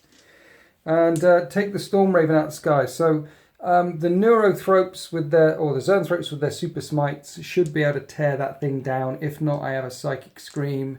And then I've got more Psychic Powers which can hit the Librarian Dreadnought before the Gene Stealers and the Broodlord jump on him. Basically, I need that dead, I need that dead, and then shoot guns at the stuff that came out of the Storm Raven. If I manage to pull this off, I'll clear away my lines back here, leaving the Blood Angels in control of the fortress. Then I'm saying there's a chance. There's a way back in it. If I don't manage to pull this off, then it could be the victory. It could be a victory for the Blood Angels here. So let's go to the Psychic phase. This needs to work. So I'm going to smite straight away with the Zoanthropes. It needs a 5. That passes. Okay. You can try and deny, because this does D3 plus 3. You're going to need an 11 now. I've got a Psychic Hood actually, weirdly. Oh yeah, okay. So you don't deny. So it does D3 plus 3 on the Storm Raven, because there's a unit of 6 of them, and that Storm Raven's on 6 wounds left. So just need a 5 or 6. I get a 5 or 6. We have a Storm Raven down. Does it go kaboom? No. And that's a beautiful thing. That's Big Game Hunter and Scour the Skies. The pilot's brain just went pop, and he tailed off the battle grid and exploded in the distance. Okay. So let's do Smite with the Broodlord. This needs a 6. That fails. Let's do Smite with the Neurothrope. That failed. Oh, I can reroll 1s, because that's what they do. But I need a 7. Oh, that passes. That's going to hit your Libby Dread and do 1 wound to him. Then the Neurothrope's going to cast Catalyst on the Gene Stealers. Interestingly enough, you don't need a line of sight for this. I need a 6 though. That passes.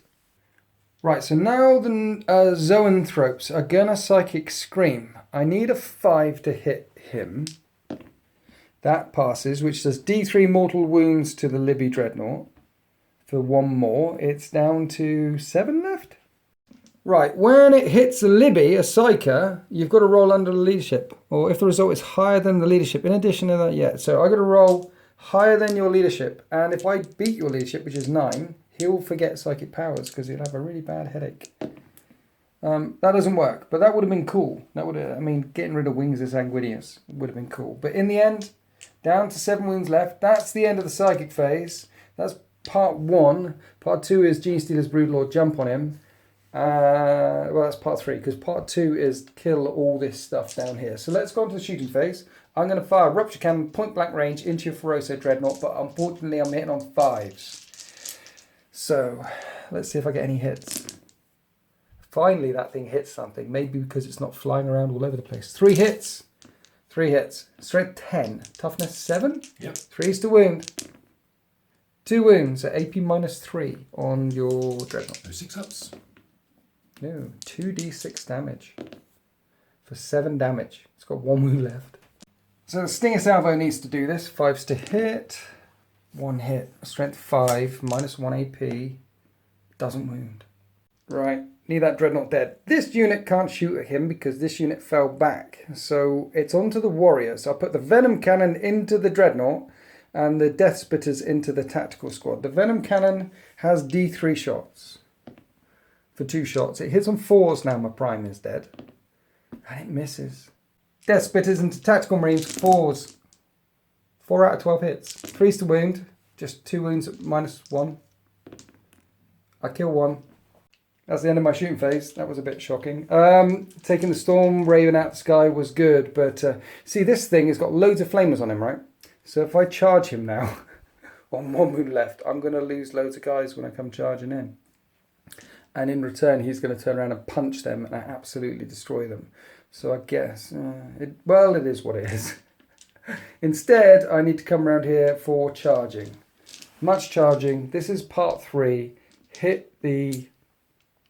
Because it's 2 points for single-minded annihilation. I can't even shoot your Dreadnought. So charge Librarian Dreadnought. That's what I'm going to do. Start off with a Broodlord. And he's going to fail the charge. And it hit a Melter to the face on a 6. Good. It misses. Because that could have been a problem. Let's see how far the Gene Stealers go. I didn't command point reroll that because I really need the Gene Stealers in. That's a fail. Last command point. That's a fail. So part 1 worked. Take the Storm Raven down. Part 2, kill some Dreadnought. That didn't work. That's the end of my turn because I'm not going to charge. There's a frag cannon, heavy flamer, awesome stuff coming in here. I can't charge him. You'll just utterly kill my dudes. So that's the end of my turn 4. I do get 2 points for taking that thing out of the sky, and I do get a point for the mission critical objective there, making it 12 points to 8. I want to say it's 12 points to 8 as we head on to Blood Angels. Turn 5. It is 12 points to 8, and now the Blood Angels want to bring this home. Kill a character for a point, and if a character kills a character, that's D3 points. If one of their characters dies, noble self-sacrifice, that's a point. And if they kill my Warlord, which is a character, that's a point for Scour the Skies. And of course, Warlord will be Slay the Warlord. It seems to me that the orders are quite simple. Kill the enemy Warlord. It's 12 points to 8, and the Angels of Death are going to drop the hammer. The Librarian Dreadnought, with a fly keyword still, has moved up here, and then he casts Wings of Sanguinius. Mm-hmm. If he jumps over, and that character kills my character, that'd be a point for Scour the Skies, a point for Slay the Warlord, and D3 points for that Valor of the Angels. It's called Valor of the Angels. And then there'll probably be no way back for the Tyranids. Meanwhile, the noose is closing. Here we have the Furiosa Dreadnought, who should be dead, about to charge and flame the Warriors, along with the Tactical Squad, along with the bikes. Much firepower, big wow coming into that squad there. Lieutenant, what's his name? Nazario. Nazario has jumped up and over. This thing is on 3 wounds left. It looks like he's going to take a combi plasma to the face and get charged by a guy with a power axe. So the T-Fex isn't long for this world. So he's not long for this world. They're not long for this world. My Warlord isn't long for this world. And finally, the first company and the veterans have jumped out of the installation, and it looks like a whole boatload of pain is going to rain in on those Gene Stealers. So the Librarian Dreadnought needs a 5, which is a 6 with Shadow in the Warp to get Wings of Sanguinius off. And that's a 10, which becomes a 9. Need to deny this. I deny this. Okay, so it's going to be difficult for him to get Scour the Skies and slay the Warlord, but there's another character there which you can charge in, the Brewlord, and slaughter him for D3 points for Valor of the Angels. 1 Unleash Rage as well. Yep. So trying to get Unleash Rage, 5. which is minus, so that fails. Another 3. So that fails. So Psychic Phase is a bust, interestingly. Does this mean the Tyranids are going to be able to survive this? Because you have exposed yourself. So if you don't do much damage to me, then I'm going to jump on you. So let's go into the shooting phase and find out how much damage the Blood Angels can do. Start off the shooting phase, mistakes were made. You've put him closer to the Neurothroats, the Zoanthropes, than the Broodlord. Yeah, so the Melter's coming into the Neurothropes, which misses anyway. Now finally we come across here to the Sanguinary Guard. They've got 2 shots each with their Angelus bolt guns, and they're unloading everything into the Gene Stealers, hitting on 3s, but they're re-rolling because of their relic or Warlord trait? No, because of their special rule, which is Heirs of Ascalon, which means they can re-roll hits. Nice. If they're within 6 inches of the Warlord. And they are all within 6 inches of the Warlord, so 3s to hit. Re-rolling. Here's the re-roll. Only 2 misses. These are strength 4. Angelus bolt guns for AP -1. I don't care about the AP because I'm a Tyranid, but it's the volume of fire that you want to get in. Is that only 5 in the end? It is only 5. Okay. Let's see if I dodge them. And is it only 1 damage each? It is. Let's see if the Catalyst saves me. You don't kill any. Sanguinary Guard don't take down a Gene Stealer, just firing into mist there. They're so quick. Lightning fast reflexes. Let's see if the Terminators can do it. 16 shots with Stormbolters, hitting on 3s. And winning on 4s. That's a bit better. They've got their eye in. That was 6 wounds. 5s. Lightning fast reflex. Oh no, not lightning fast this time. Dodging the shots from the Sanguinary Guard. Catalyst. Oh dear. Only 1 dies. This unit stays still though. We have Bolt with Discipline coming in. 4 wounds came through. 5 up saves. And 5 up saves. You know what? That tactical squad killed just as much as all of the veterans here. They're going to get promotion. Alright, because only 2 Gene Stealers fell here, there's a change of plan. We've got these bikers up here with a 24-inch range. Now, they were going to fire all of their shots in at the Warriors, but the Gene Stealers are too much of a threat. So instead, all of this firepower is going to fire up the creek and hit the Gene Stealers. We did it off camera, and with Catalyst saves, you killed 1. Again, only 1 from all this lot. 1 from the tactical squad. 1 from the bikers came in. Just 3 Gene Stealers falling there, and the shotguns came in on the Warriors and didn't kill any. So your shooting phase has been a bit like my shooting phase so far. But I'm going to have to rely on the punching. Yeah. There's going to be a bit of a Barney going on here. Right, we're down to the tactical squad. What is this tactical squad doing? I was considering flaming these guys. Yes, the Warriors. They're in cover. Yes. And I kind of think flaming Gribblies is kind of more funny. Okay, let's burn some termagants. So 8 bugs got burnt to death with the ham flamer, the heavy flamer, the normal flame. Lots of smelly Tyranids still on fire down this end of the battlefield. And adding his flame and fury to the pyre, the Furioso is going to light up the Tyranid Primes, the Tyranid Warriors. So where are we starting first? Frag Cannon, 2d6. 2d6 auto hits. Snake Eyes. Wounding on 3s. 1 wound, AP -1. So I'm going to cover. I'm going to create so it's a 4. It takes a wound. One of them takes a wound. There's a heavy flamer as well for 1 more hit. You roll trip 1s there. I need a 4. And I make that. You roll trip 1s and only took 1 wound off these Warriors. In fact, that was a horrendous shooting phase, except for the barbecue with the Turbogans. But don't worry, Nazario's going to make it awesome by killing this guy. Is he? Yeah, is he overcooking his plasma now? Oh. Combi Plasma. I don't know if no, I'm not going to do that. No? You're going to want to hit him with your axe instead. Yeah, exactly. Okay, so Plasma then. Hitting on 3s. He hits twice, winning on 5s. He doesn't wound. He is going to have to do it with his axe.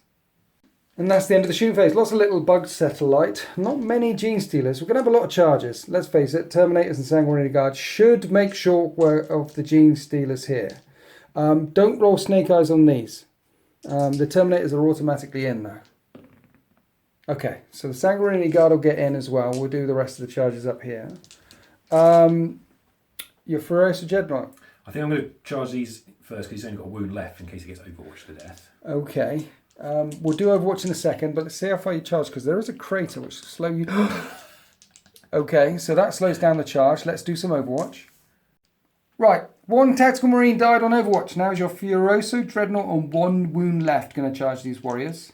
See, the thing is, so long as he hits, he's winning on 2s, and it's 3 damage at AP minus.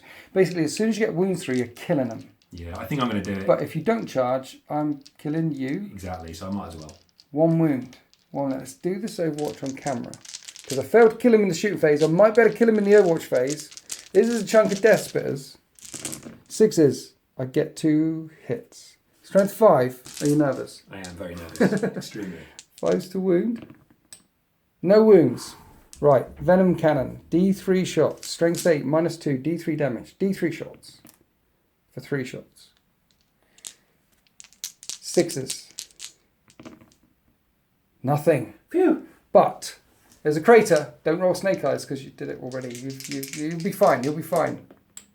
Oh yes. Oh, 1 minute. That's a 3-inch charge. Yeah. And it's minus 2 because you're through a crater and you're at least 1 inch over 1 inch away. So that's a failed charge. Because you can't be within an inch. It's minus 2 going into the crater. That's true. So basically they failed the charge. The Furioso failed the charge. You hadn't hardly killed any in Overwatch. In that case, I'm going to charge with the big unit of scout bikes. Are you? Well, because otherwise they'll... Well, am I? Are you?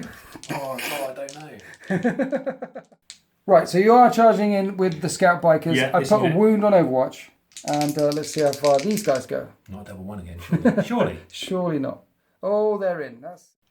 And the sergeant gets in there as well. So finally, the warriors are tied up. Right, now your Lieutenant Nazario is going to charge a Tyrannifex. And I've got a Rupture Cannon. And let's see if he can swing it round in time and hit you with Overwatch on 6s. He can hit you twice. This is strength 10. So I need 2s to wound. Ooh, drop dice don't count. 2 wounds at minus 3. 6s. Yes. You make 1. Woo. D6 damage. For 1 damage, he's going to live. Stinger Salvo. Misses anyway. He is going to live. What a hero. So Lieutenant Rosario's on 3 wounds left, and that's the end of the charge phase. The T-Fex is tied up. The warriors are tied up. And here we are with the Sanguinary Guard and the Terminators charging the Gene Stealers. I have no command points left. Multiple charges across the line. Finally, where would you like to start this combat? I can't interrupt anywhere. Let's start with Nazario, see what he gets up to. Okay, so 4 attacks on the charge because of Shock Assault. Hitting on 2s. That's 3 hits and 4 hits, and he needs 5s to wound, which becomes 4s to wound because you're a Blood Angel. He wounds twice. He wounds twice. AP minus 2. I have 2 5-up saves and 3 wounds left. And the Tyrannifex manages to take it. Interesting. Scout Bikers versus Warriors? Sure. We did the attacks on Scout Bikers. You didn't cause any damage. Well, you did, but I made the saves. So far, it's a bust. Then we remembered 1 more charge. I did, yeah. And your Librarian Dreadnought came flying into the Broodlord, which is good. He's in there. You didn't get any of his psychic powers off though, so it's a flat 3 attacks plus 1 for Shock Assault. Right? That's right, yeah. So, and this is for D3 points. Pretty important. So it's pretty important. So, hitting on 2s with 4 attacks. He hits 3 times. He's winning on 2s. He wounds twice. And it's a flat 3 damage, right? It is. Broodlords of 6 wounds. I have a 5-up and vulnerable save. If I make 1/5, he's alive. Just 1/5. No command points. And the Broodlord falls. Okay, the Librarian claims his prize. And now we're across to the Sanguinary Guard, which strangely enough only have 2 attacks each. But with Shock Assault, suddenly they're up to 3 attacks each, which is good. They need it. They're the elites of the elite. So we've got 27 attacks with Power Fists hitting the Gene Stealers. So these are hitting on 4s, but you're rerolling 1s or 2s because you're Warlord. So 4s to hit. Here's the rerolls. Right, that was 18 hits with the rerolls. So this is 2s to wound these Gene Stealers. Each of these doing D3 damage, so Catalyst isn't going to help out. And this banner allows me to reroll 1s to hit. To wound. To wound. Sorry. Yeah. Lovely. Okay, 2s rerolling 1s. Nice. Okay, so all 18 wounds come through. This is D3 damage a time, so Catalyst isn't going to help me very much. It's going to be about the 5-up and vulnerable saves. I got them. All right, let's do it over here.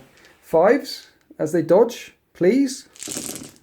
That was all right. That was all right. 9 got through. Got 9 D3 there. You might as well do them all together, and then I'll D3 a time. Wow. Okay, so one of them is a 5-up, and he's alive. And then these, so you can kill a maximum of 8, right? This one is 2s, 2 5-ups. He's dead. And then all of these are 3 5-ups. Right, so that took longer than it should. But 8 died. Now we have the Ancient smacking away. And he's hitting on 3s. What has he got in his hand? Has he got Power Fist as well? Power Fist, so okay. That doesn't hit, but these can be rolled. Right, okay. So he hits twice, winning on 2s. Rerolling, it doesn't need a reroll. 5-up and vuns. Nope. A D3 for another 3. Those Power Fists. Okay, so the Ancient doesn't kill any, which leaves 6 left facing the might of the Terminator. Shall we start off with the Sergeant? He's got 4 attacks with Shock Assault. He hits on 3s. Does he get the reroll because of the Warlord as well? No. Okay. He hits all 4 times though. 4s to wound. 3s because of Red Thirst. Oh yeah, Red Thirst. Yeah, Blood Angel. All 4 wounds. 5-up and vans and 5-up dodge. Okay, so Terminator's killed 1 so far. And then we've got 9 Power Fist attacks on 5 remaining Gene Stealers. What they can't do with guns, maybe they could do with their fists. 4s to hit. 5 hits. And 2s to wound. 5 wounds. There's only 5 left. And 2 of them dodge. And so we have, 3 D3. And 1 needs a 5. He dead. 2 5s. 2 5s. There's 2 left. Right, we got there in the end. It looks like this. After shooting and assaulting and smashing into the Gene Stealers, there is 2 left. That's the end of your combat phase. The Broodlord's dead as well, and round here, you didn't kill anything. So let's start over here. I'm going to kill your Sanguinary Guard. I have 3 attacks each. I'm hitting on 3s. I should do it against your Ancient, shouldn't I? Let's do it against the Ancient. 3s to hit. Is he your Warlord? He is. And I missed 4 times. Winning on 4s. I wound once at AP -1. So you have a 3-up save because they don't have a 2-up. Okay, so the Terminators, the Gene Stealer scratch ineffectually at your Warlord. Over here, the Zoanthropes will hit your Librarian Dreadnought on 4s. They hit twice, and on 5s to wound. They don't wound. They just bang you, headbutt you. Doosh, doosh. Let's do Warriors versus... Let's do these 3 on that Scout Biker. Yeah, because he's the Sergeant, right? Yeah, there's a Sergeant here, though, because that's like a lone... That's one Sergeant, that's a lone Sergeant. Let's do the Lone Sergeant. I'm hitting you on 3s now. The Prime is dead. And I reroll 1s with the Clawing... Scything Talons? Yeah, that's what they're called. Strength 4. I wound twice on the Hero Sergeant there. 4 ups. He's still alive. Yep, the remaining attacks into the other squad. 3s. Rerolling 1s. Everything hit. And 5s. 2 wounds. 2 wounds on that squad. And 1 was on a wound. I killed 1. Now some of the Tyranids on your lieutenant. Right, the T-Fex with his powerful limbs. He has 2 attacks on 3 wounds left. If both of these get through, I'll kill him. But I hit on 4s. Only 1 hit. Strength 5 because he's so injured. It is -1, 2 damage. So 1 4-up save, and he manages to tank it. Ooh, and that's the end of turn 5. You've pushed me right back. The Neurothropes and Zoanthropes are here, and I'm not shooting with my shooty warriors or the T-Fex anymore. Basically, I've got very few combat effective units left. No leadership for the Gene Stealers because they're within 18 inches of my synaptic linchpin, but the Blood Angels are carrying this day. Now, your Librarian Dreadnought slew a character. Character killed a character in close combat, so you get D3 extra victory points. For 1 more, that makes it 13 points to 8 as we head into Tyranids, turn 5. Here are the orders from the Hive Mind. Terrify, make the Blood Angels break. Make them fail a morale test. That's unlikely to happen. Secure Objective 2, which is miles away from me, and advance out of my deployment zone, which is almost impossible as well. And here we are at the very end of Tyranids turn 5. It was 13 points to 8, but I did jump onto Objective 2, making it 13 points to 9.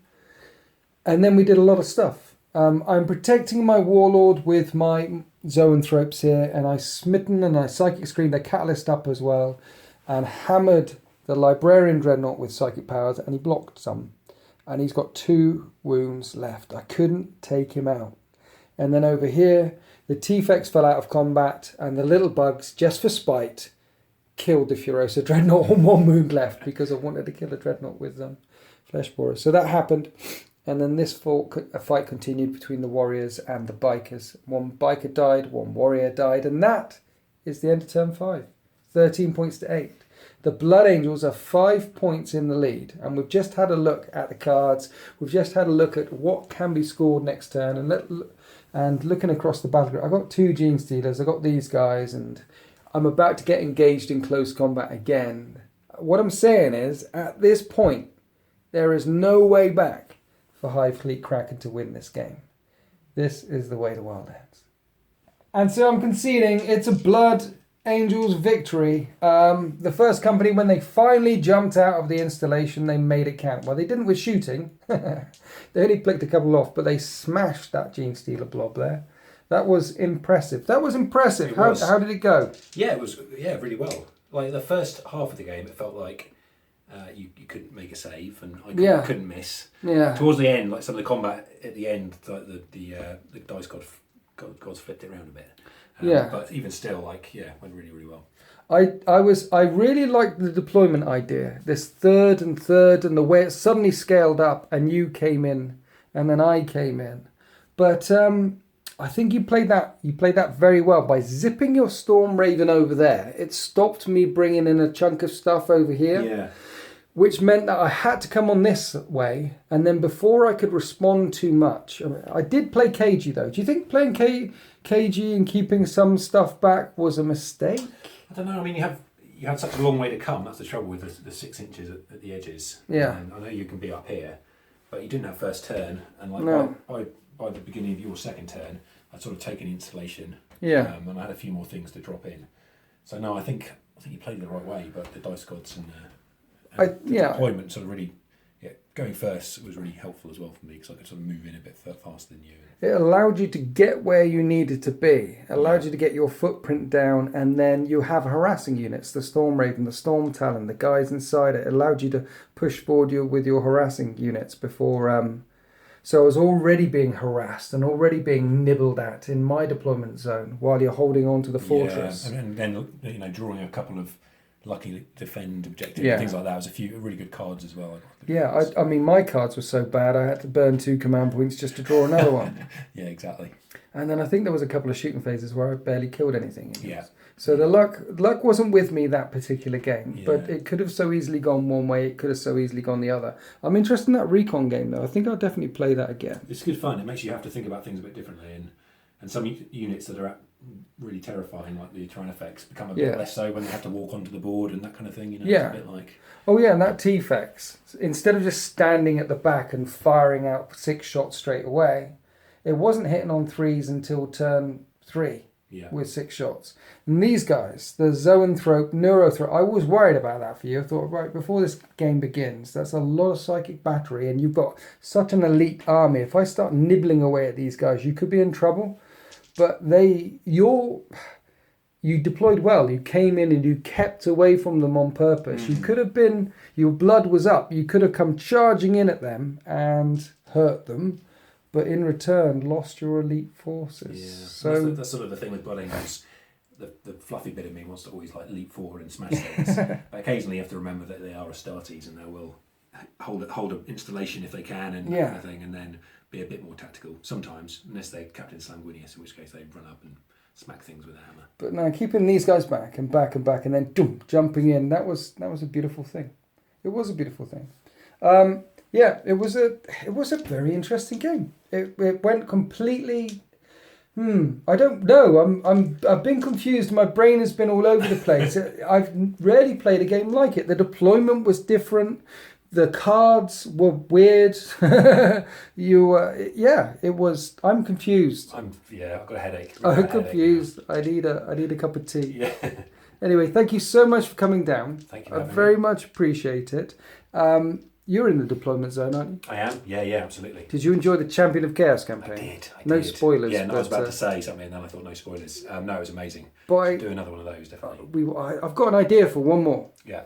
Because we did Chaos Lord versus Chaos Lord, right? Yeah. So imagine if we did like Demon Lord of Chaos or something, Fluffy versus Miley. Oh, yes. And then our demons level up. That would be and amazing. because by the end of that campaign, the 2 Chaos Lords were cooking on gas. Yeah, they were pretty much demon princes. Yeah. And everything but model anyway, weren't they? But they were smashing away. So I'd like to see Fluffy level up and Miley level up and go at each other. And I've got ideas. I've got ideas. Do it. Yeah. So maybe next year, challenge Liam one more time. So no spoilers for the Champion of Chaos, which is on deploymentzone.tv if you want to see it. But that's some of the most fun I've had playing 40k in a long time. It was just amazing. Anyway, Battle Map by GameMat.eu. And this terrain, pre-painted terrain, is from GameMat.eu. This other stuff is all from GW. People keep asking me about this stuff. That's from Forge World, which is GW, back in the day when they made terrain. I think they made this stuff before they made the Warhound Titan on it. I got it a long time ago. I am very old. Anyway, that's it from us. Thank you very much for watching. We hope you enjoyed that battle report. Happy wargaming.